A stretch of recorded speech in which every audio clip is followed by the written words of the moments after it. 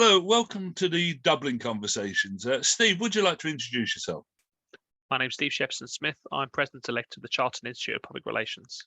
Welcome here today, Steve. Steve, we're going to go on what we call a 5-step journey to Dublin, the Dublin window, to explore new ideas, new thinking around the future of public relations and communications. And as I say, so the first of our steps is explain the context, that we're living in an age where there's paradoxical change, where there's greater fragmentation and equally also greater convergence. And that the Dublin Conversations believes we need to rethink established ideas like advertising, journalism, marketing, public relations and more, and either repurpose or replace them with better ones. And with new knowledge we've got a potential to create a bigger map, a bigger field of operations for the communications industry. And we can do this by really co-creation to both do our jobs better and rise to society's wider challenges of growing distrust, divisive tribalism, or not being able to come together to tackle our big challenges. And so really we're embarking on a process of how we can unlearn some of our existing thinking, discarding ineffective outdated ideas while embracing new ones. So let's take our 5 steps to the Dublin window.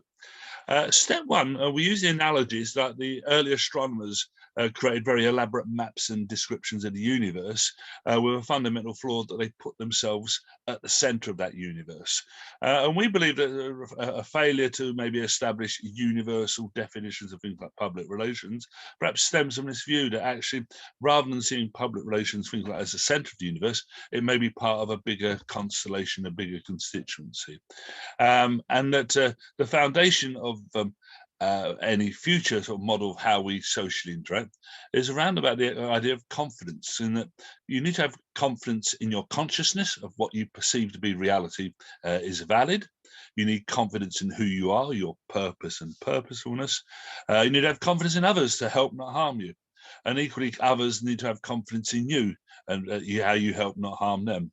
And there's a dimension what we call zeitgeist confidence that provides a context, that provides, we have economic confidence, political confidence, and general confidence. And we're recognizing maybe that confidence is a critical known unknown, that it's there, but we need to know much more about it. And that purpose and purposefulness makes it easier to create confidence by being more coherent and compelling. And really what we're doing here is really affirming the model of like Aristotle, when he talked not only of like being logical and emotional, but also like your character. And your character is central to how you engage with others. So Steve, just any thoughts on this sort of view on this idea? Well, I mean, look, let me pick up on one thing to start with. I think this idea that public relations, for example, which obviously the field I come from, has got no universal theory is wrong as a sort of starting point. So there's a pretty established, as you know, Andy, you're obviously a lecturer in PR, but there's a pretty established kind of view around the excellence theory, which has been well researched over time and challenged, but not broken within PR, which was created originally by James Grunnig and his collaborators. And I think the fact that there is critiques of that, the fact that there's other theories that abound, is super healthy in a discipline. But the reality is that public relations has been around for about 100, over 100 years now, about 120 years, and it provides a clear place in society, and I get frustrated by people trying to kind of spend their time worrying about what is public relations rather than trying to improve what we do. And I could probably make the same arguments about things like advertising and journalism. They are distinct disciplines, and I think by pushing them all together, you're not making them a simpler. You're not making a simpler theory. You're making a more complicated one, because people still have particular constituencies to reach. I mean, journalism has a job for people to write to and to broadcast and to report on news for the public. Public relations works on behalf of organizations to improve communications for them. There's a clear role there. advertising has a clear role, which is more commercial role for organisations. They have constituencies of their own, and I wonder, with throwing all that together, whether it really does make anything simpler at all. That's a response, Steve. Maybe if we embark on our go through the full 5 steps and revisit that question, and that way then explore, challenge and please. And please, we're here to challenge. So if I'm happy about moving on to the next step, but let's just, before we move on to step 2, then let's look at this idea of confidence, if you like, in step 1. So you've chosen confidence as a theory. I mean, why confidence as opposed to something like trust, which seems to be kind of an interchangeable term there? What is it about confidence that you feel amplifies it over all these other things? That's a great question, Steve. And really, what we're looking at is, so for example, trust. We recognise that trust is a critical dimension. We'll come on to it in the next step. But the element is that trust operates on a basis that it's an output that creates an outcome of confidence. So if you have trust in someone, therefore you then have confidence that you can either believe what they do, or confidence that, in terms of their next move, they're going to help, not harm you. And that ultimately, so while, as I say, the two are closely linked, confidence we perceive as an outcome from trust, and sits at, always great believer in having like a hierarchy of ideas. And it was like a Christmas tree. Confidence could perhaps sit be the star on the top, and trust certainly like the first branch down. And certainly, as I say, significant dimension, as we'll explore in the next step. But then confidence is a much more universal starting point. So, for example, in consciousness, what we perceive as reality is a perception. And so as an individual, you need to have confidence, and that then creates a trust for you to perceive to be reality. Confidence in terms of like your own self, your purpose, and also like the idea of this zeitgeist, this context confidence. And I think there's tremendous potential there, that you have a confidence in like the economic market or the political system. So with the current political scene in the UK, the argument there that there's a danger of a decline or loss of some confidence in the system and the people running it. So I think there's a great question there, but I would suggest that confidence is sits at a higher level in terms of a hierarchy of ideas. It's closely interlinked with trust, but serves as sort of as a universal focal point for any social interaction. That we live in communities, we've got to live with other people, and we've got to have confidence, fundamental level, that they will help, not harm us, and likewise that in you. So I think the potential for recognizing confidence as a perhaps an ultimate anchor for social relations, as we believe has a lot of potential, but equally at the point of these conversations is to critique and explore that. Are you happy, Steve? Not to sort of gloss over, I mean, any immediate response on that? Well, I suppose it's just to quickly say, what seems to me to be missing here, and obviously you're much more of an expert on this area than I am, is that you've got here this idea of confidence, but we've all met people who are needlessly self-confident, and I suppose that the challenge, particularly in a world where people's views are amplified or altered by social media, is you've got people who are sort of buoyed by their own confidence without a need in that, and it just strikes me that these are things you can have irrespective of whether they are true or not, and they're not there's no sense that these are sort of modified by the world in which people operate. So you don't sort of earn confidence, you can just have it in yourself. And I wondered if that's a challenge to the model, really. That's a great observation, and I think one of the key things perhaps going forward is the need to distinguish between the concepts of self-confidence and this more universal idea of confidence in itself. And as you quite rightly say, that there are some who may have an inflated opinion of themselves, and therefore, and it may not be substantiated in a reality. And the challenge is that in how we sort of socially interact, there's a need for a sort of confidence to be recognised as a sort of the almost like the oxygen, the space that enables interaction to take place. And then that could be manifest that some of us have a self-confidence in who we are. As I say, in some cases, that self-confidence can be maybe overstated, overinflated.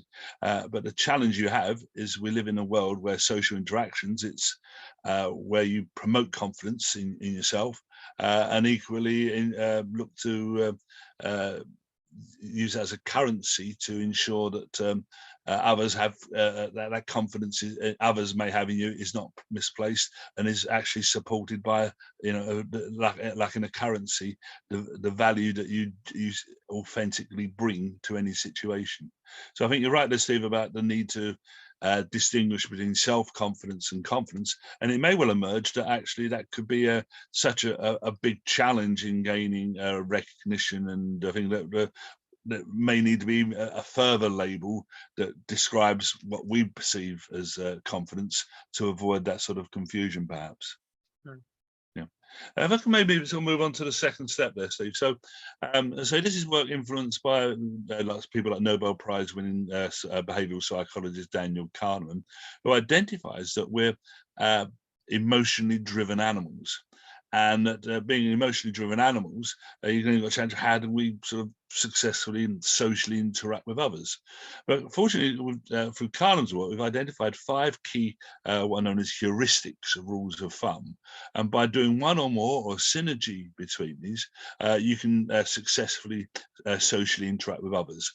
The first of these was known and noticed. So this accords with much practice of gaining awareness. So that if you're known and noticed, people are more likely to trust you, have confidence in you. Second area is about likability, or liked. And it's not in terms of Facebook likes, and goes even beyond like affective liking, but it could be a spectrum that includes like respect, admire, and even the dimension of liking to dislike. So you think of like personalities like Piers Morgan, who some like him, some dislike him, a few ignore him because of that strong emotional dimension there. And the third element, which is a critical dimension of trust. So if you trust somebody, you're more likely to say yes or agree with. And then a fourth dimension, which even though you may be known and noticed, you need to be front of mind, because people in our brains work essentially lazy, choose the easy available options. And therefore, even though you may be a well-known brand or person, you've got to be front of mind at the right times. And lastly, being talked about, area of social proof, which has been an area of a traditional area of public relations work in terms of getting that word of mouth and the reputation you deserve out there. So suggesting these 5 dimensions of known, liked, trusted, front of mind, being talked about, actually can frame any campaign, any brief. So just for any thoughts on this idea, Steve? Well, I think the last one is most aligned to public relations, and public relations, I think, is the discipline that really manages reputation, and reputation, as opposed to brand, is really the thing that is owned outside of your organization. So if you think the brand is what you own, the reputation is what others perceive about you. So I'm certainly not going to take on the thoughts of Daniel Kahneman, and I've read his book, and I think there's a lot to be said for heuristics. I'm not sure he meant to apply them to organizations, and I think I'm not saying this wrong. I'm just saying that you need more research in terms of how that operates from an organizational perspective, as opposed to an individual basis. But I think some of those others apply better to things like the brand and the other disciplines we've operated. I wonder whether they apply to all the areas that you refer to, really, all the other disciplines, etc. But but yeah, I mean, I think there's some clearly some merits there. Yeah, well, certainly. I mean, one further dividend is as a form of analysis. You could argue that, for example, advertising emerged in the 17th, 18th century for the need to get known and noticed. And public relations emerged from the mass media models of the early 20th century from the need to earn trust, and therefore as a potential sort of definer of public relations practice and thinking, earning trust, and as I say, like being talked about. And also the further dimension of likability could be maybe seen as sort of ones that offer potential strong points for building an ideas around public relations practice, where say maybe an advertising approach, maybe like more known and notice led. So yeah, I think the only other point I make on this slide is you talk about campaigns, which is obviously the kind of one part of public relations and the Marcoms area. Public relations also deal with things like crisis and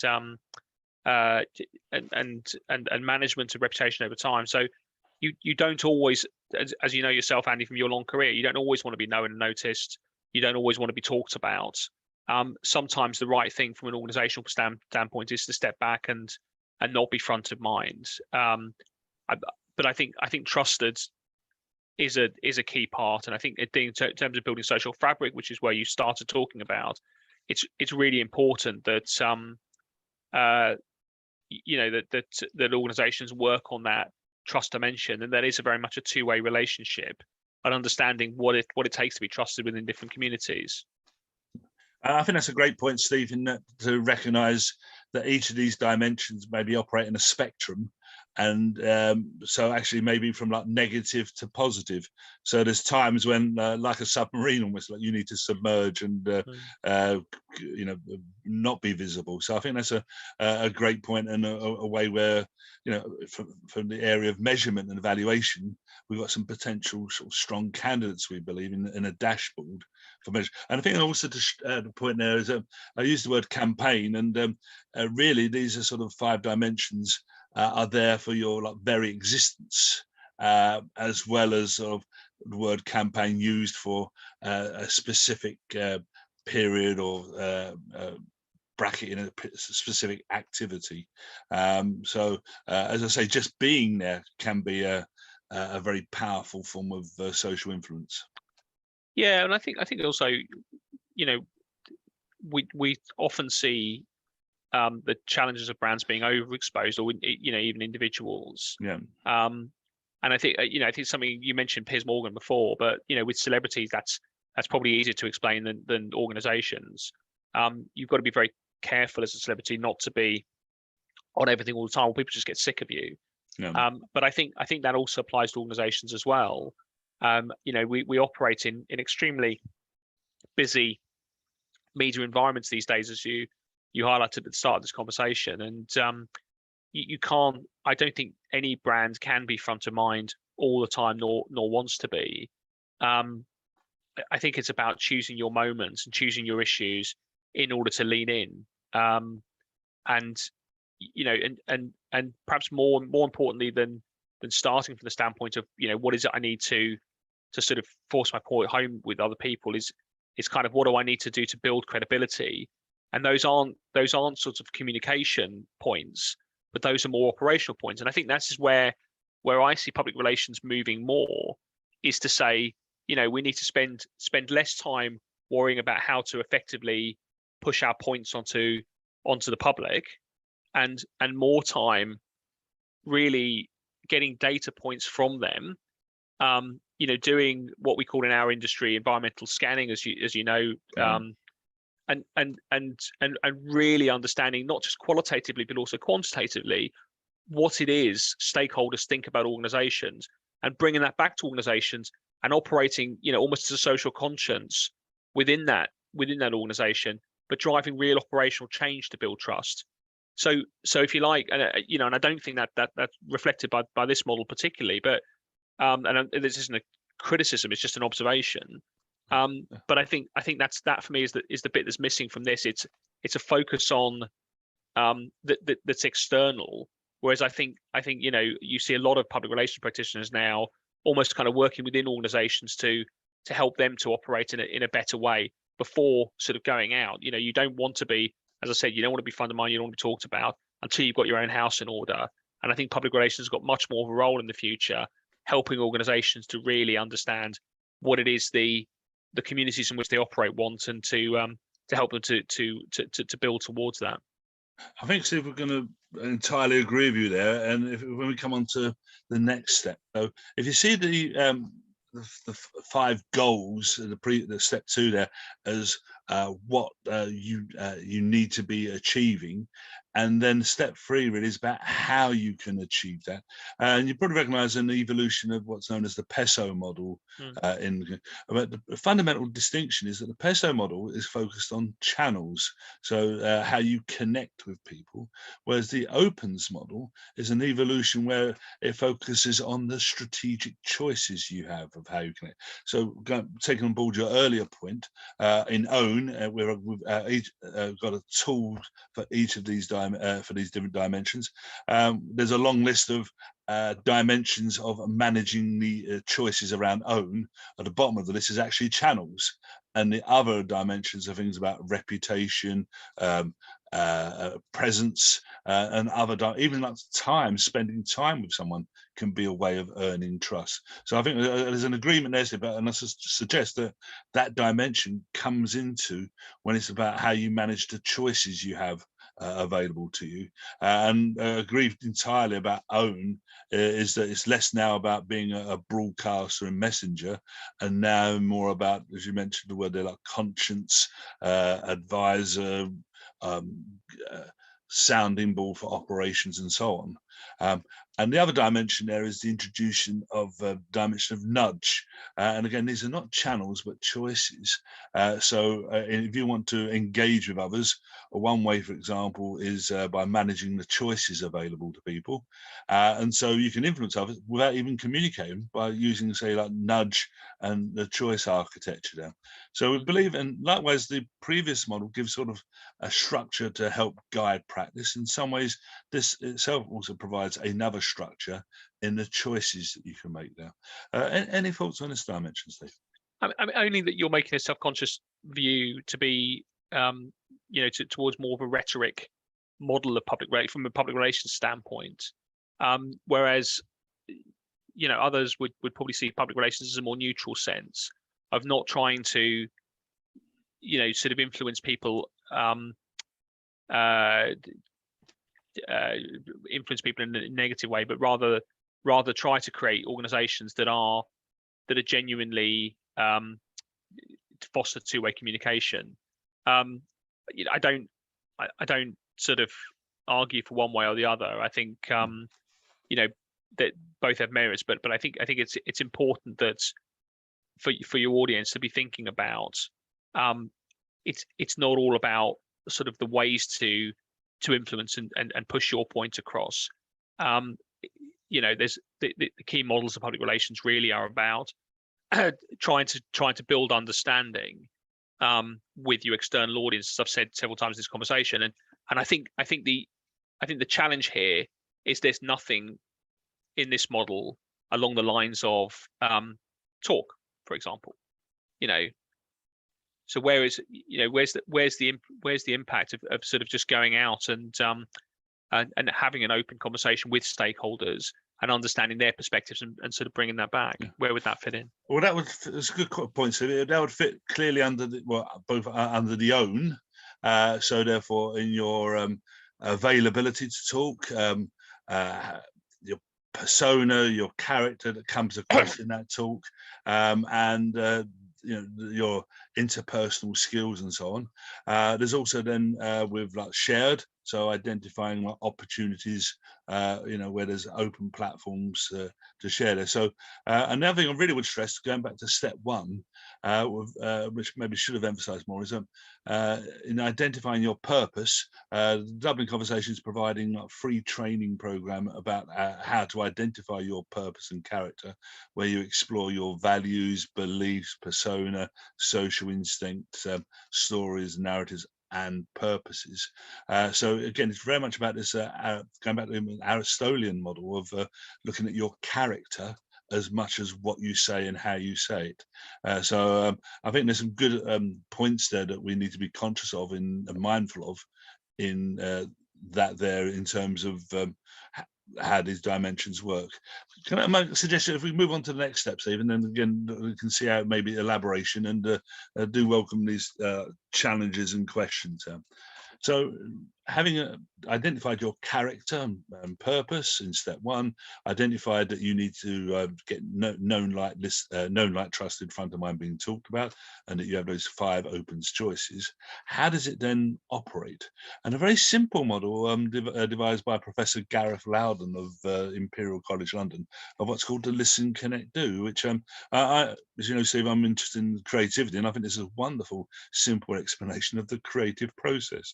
That you listen, and listen in your broadest sense, with all senses, instinctively, intuitively as well. You connect that then to your context. And then there's a development. It might be a development of an idea or a tangible action. And then it linked around, it repeat, feedback, listen, connect, do. And really, the more, you see, it's a continuous loop. And that dynamic of the loop is fueled at the centre by purpose. So if you have a strong sense of purpose, you're going to be much more vibrant and much more alert and alive to listening, connect, doing.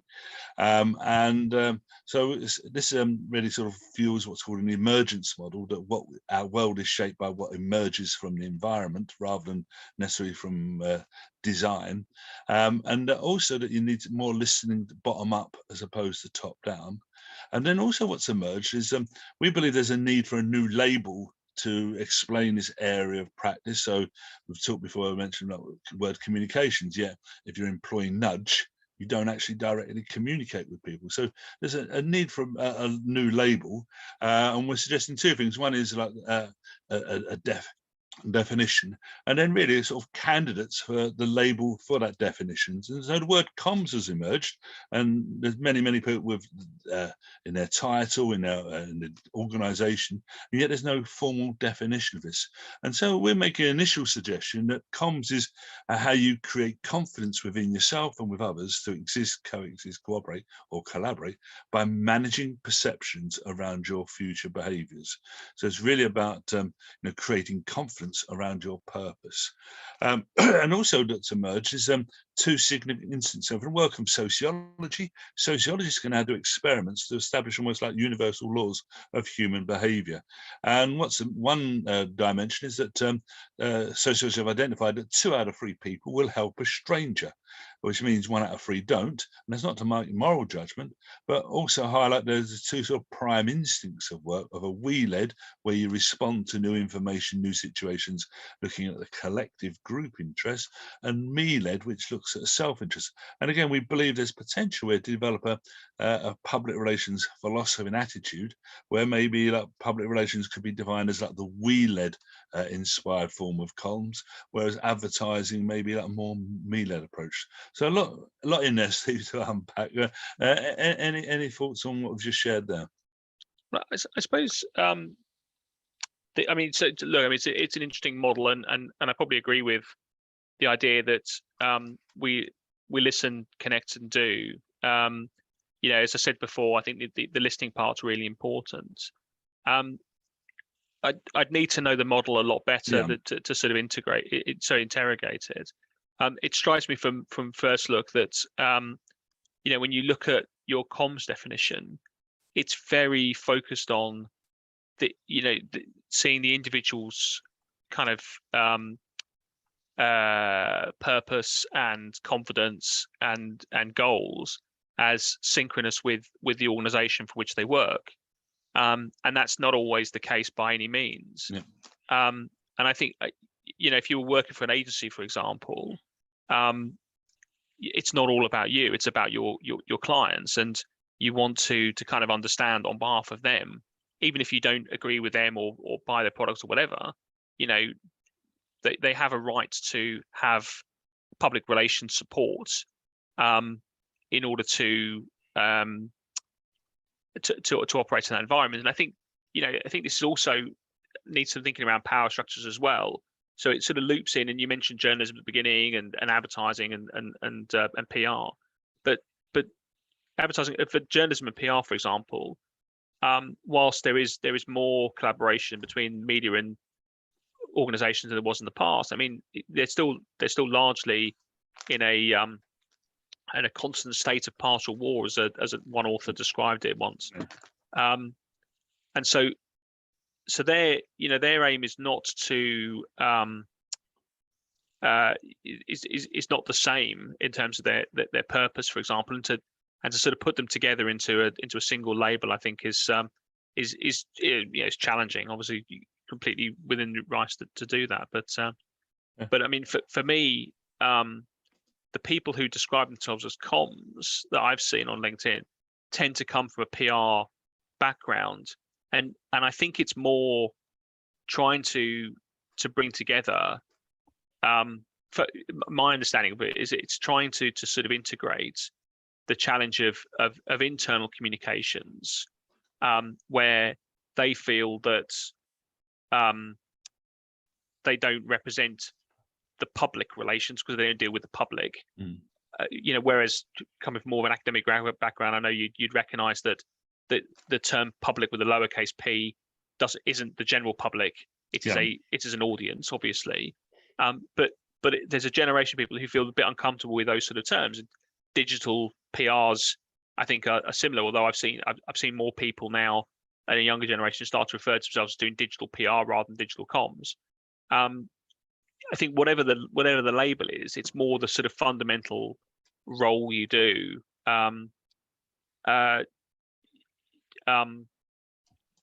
Sort of understanding and empathizing with the public, and then bringing that back and making decisions off the back of it. So I think the model, the underlying model, List, Connect and Do has some merit to it. I question whether the lumping everyone together as comms, including advertising and PR, is necessary or declutters the world, if you like. Some great insight there, Steve, about who's led with adopting the label comms, so and I can see considerable merit there, that one driver for that is that issue of what was previously labelled like internal PR, internal comms, internal communications and so on, and so therefore there's a need for something that's big, and also the misconceptions around the word public being like sort of external and general public rather than a defined audience and group.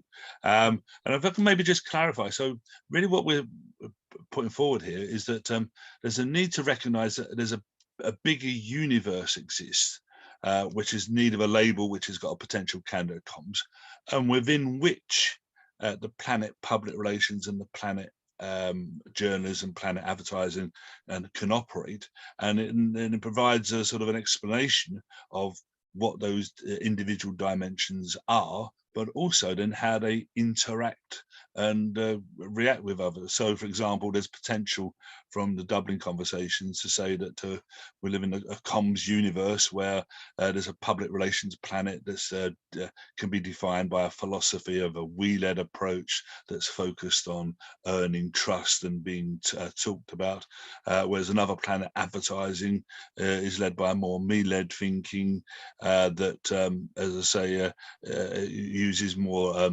paid for as a prime choice.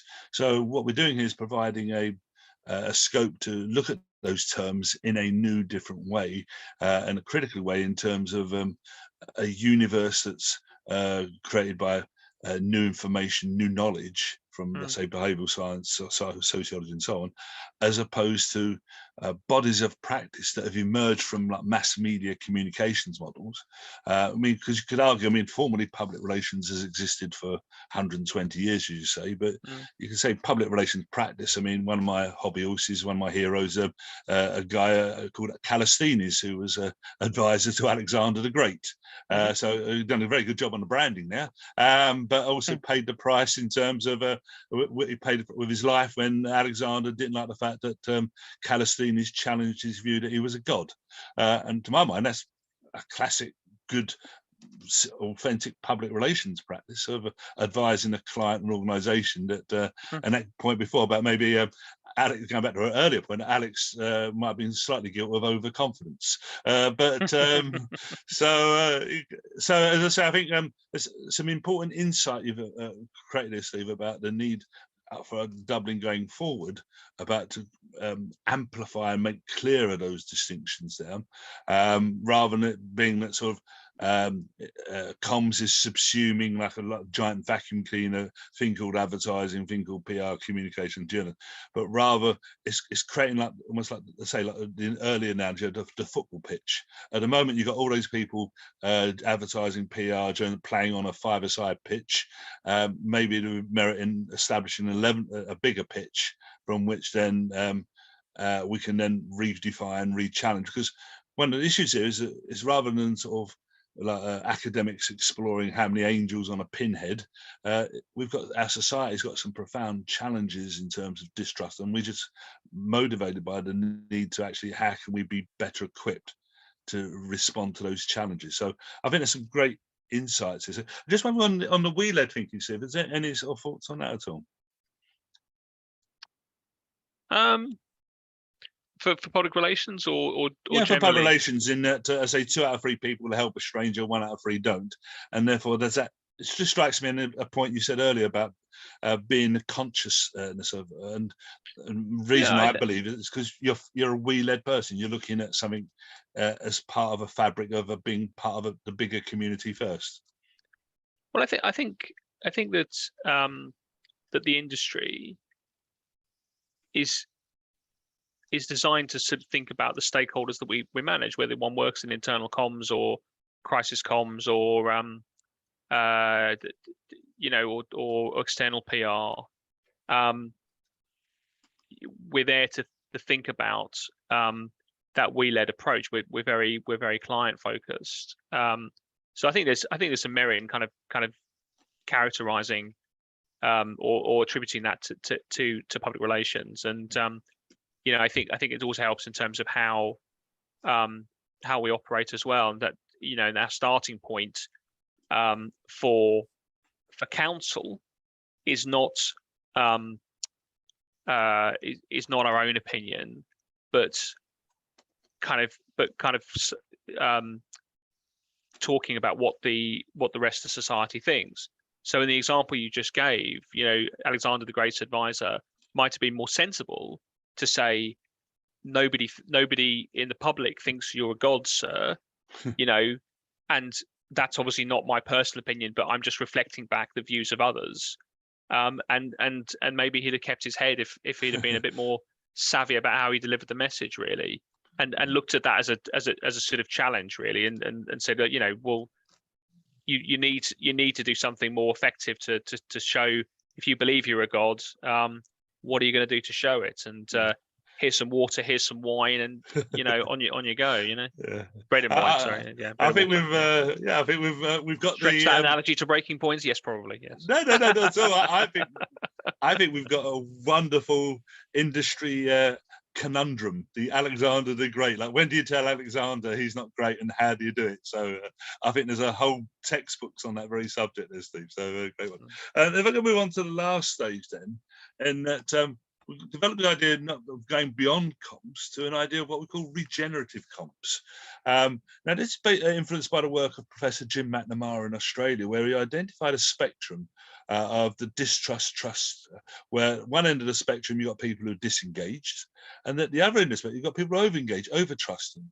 And they identified that this leads to maybe naivety, but also actually we believe is far deeper in the sense of it's the area for prejudice and bias, that you will only accept one specific worldview in terms of how you socially interact with others.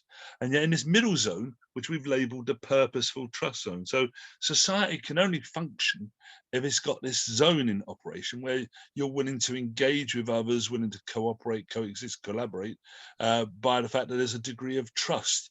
And the danger we have, we're living in a world where eroding, making toxic some different dimensions of this trust, and therefore polluting the very asset that is fundamental to our existence. And the existing model of communications is a two-way one, where you look at you mentioned before about Grunig, about like listening, engaging, and we believe made a potential for a freeway where you not only like this how you manage the social interaction, but through every social interaction replenish society's social fabric of like trust, togetherness, and being open to understanding to another. Any thoughts there, Steve? Only that I don't really see the three-way model as challenge to the two-way model. I don't quite understand it fully, but I think by operating the under the excellence model, and looking at that two-way open trust environment, then one is replenishing societal model, because you are willing to listen to the other, if you like, and to genuinely and openly engage. What I would say, in order to be completely balanced, is we ought to also consider critical theory here as well. And one of the critiques of the excellence model, and I think it's a fair one, is that there is a danger that if all you're ever doing is trying to reach social accord, which is kind of what this model is highlighting, then you're never changing existing societal norms. And so if you look at writers like Jackie Latang, she quite persuasively says, well, look, this model is not one that's ever going to sort of shake up the hierarchy, and sometimes the hierarchy just needs to be shaken up. And I think the challenge to the model, I say that in a hugely respectful way, because I'm a great believer in developing shared trust. I think there's a great need for that. Is we also need to be conscious that, like as with any model, if you go too far in one direction, then there's a danger you lose something in the round. And I think we also need to be conscious about the how we build models in order to there to be challenged as well, and to be able to challenge societal norms. I think that's a great insight, and certainly in other conversations it's been highlighted that actually how we socially interact has not only got to invest in social cohesion but social change. Yeah. And I think the idea that you sparked here is actually that you're looking at the well-being of the social fabric of today and of tomorrow. So that if your motivations for change are authentic and sincere and purposeful for the wider good, then I think that could be a way perhaps to address that really great point you've raised there, Steve. That well, I mean, look, the reality is people disagree, and that's healthy. The challenge and this is where trust comes in, I think, is that willingness for people to at least listen to each other. I think we both agree that's a really important thing in any conversation, and that we're in a societal that where we get societal enemy is where people just have their own views and they're very encamped. And we talk about these social listening filter bubbles, and one can see it on Twitter every day, with people just attacking each other or simply listening to the views of the people who agree with them. And I think, or deplatforming, etc. I think all of that is a very dangerous platform. It's a very dangerous approach, because we won't get societal change that way. We'll just get societal discord. Well, as I say, I'm passionate that, and it's coming from the area of creativity, that tension is not necessarily always a bad thing, that there can be a healthy creative tension. I agree. And you're quite all right there. And we'd suggest maybe that listening it's empowered by a fundamental belief of being prepared to be open to understanding to others, and therefore, as I say, willing to be changed as well as to take on board new information. So we've gone through sort of 5 steps here, Steve, where move the model one. Sorry. Where you can see that we're on a journey where we've created a universe where it's possible to explain social interactions without using any existing terms like advertising, communications, public relations, and so on. But we say that not to say that we don't need these terms, but to sort of step outside of them, to maybe look at them. Well, actually, there's potential here for a bigger universe being part of, and going forward, there's some qualities there, like we've discussed here, the potential for public relations to be around like the areas of earning trust and being talked about, the area of being like sort of a we-led approach as opposed to a me-led approach, and so for each of these steps is all to a different place. So really, having done that journey, Steve, how do you feel about the question? You're president-elect of the Chartered Institute of Public Relations, on a mission to, and it's really a collective mission. This question: what does better look like? Do you feel you've been helped by this conversation, this journey, in going through these 5 steps? Well, I mean, look, every conversation is helpful, Andy, and I always enjoy speaking to you. Mm. I'm still convinced that public relations is the way forward. I think you're right to highlight that a lot more people now refer to comms. It's that they're not wrong to do that. They're certainly within their rights to do that. My view is that PR has been around for 100 years. We sort of know what it is, and we're better. And my year as CIPR president will focus on saying, let's not spend the year thinking about redefining what we do, but actually recognizing that we do something, we have a value to society, and really focusing on how are we most valuable to society. And we talked a lot about social cohesion, and I think that that ties very much in with that. The CIPR, which I represent, was founded in 1948 in post-war Britain in order to give back to society, because the government at the time saw the importance of communication and the importance of organizations communicating openly and ethically to helping people make decisions, and really important decisions about their lives, to rebuild post-war Britain. We were given a royal charter in 2004 because, again, all those years later, the government also said we still recognise that communications is really important in order to drive social cohesion. Public relations, in particular, is really important to drive social cohesion. So I think public relations has a mission. Having said that, I think it's super helpful to think about PR in a universe with other communication disciplines. I think that's absolutely right in terms of an approach.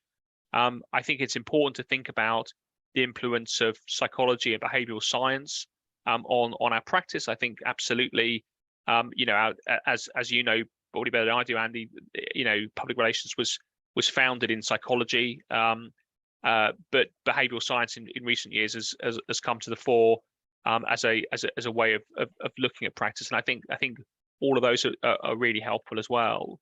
And so sort of thinking about bringing in heuristics and how we operate in a multi-channel world and move, and which will be a really fundamental challenge in the next 10 years, moving away from even further away from just doing media relations, which we did 20 years ago, to really being multi-channel practitioners, but still distinct, I think, from advertising and from what our advertising and brand colleagues do, is a really interesting challenge, and where we are an industry in flux, and so conversations like this help us to think about where we are going as an industry.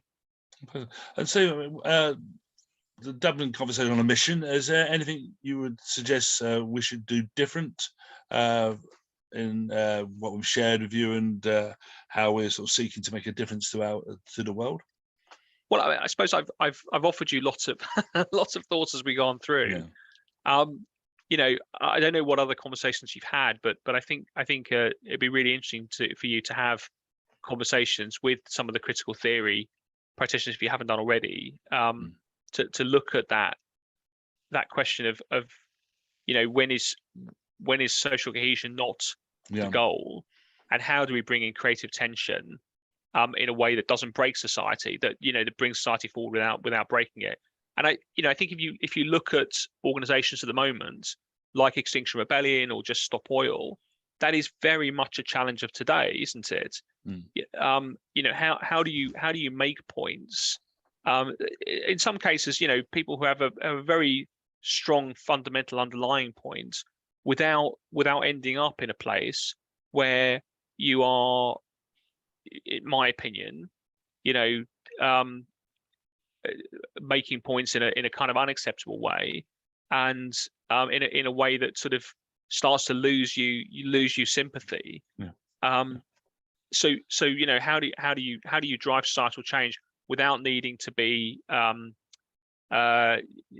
extremely radical and in many cases break the law? And I think that's a really interesting question there. I think our conversation created a meme there of the Calistini's dilemma, which again of how can you influence and guide in the most constructive, effective way, which applies whether to Calistini's or possibly to Extinction Rebellion and other groups like that. I think there's a really interesting paper, probably one that only you and I would read, but on the the Calistini's dilemma. How do you speak truth to power without getting your head chopped off? Is an interesting article for the Influence blog. So let's maybe take that forward at some point. All right. So hopefully in your year ahead, your head will be safe, mate, as well. So I think in that scenario, I'm Alexander the Great. I think there's other people.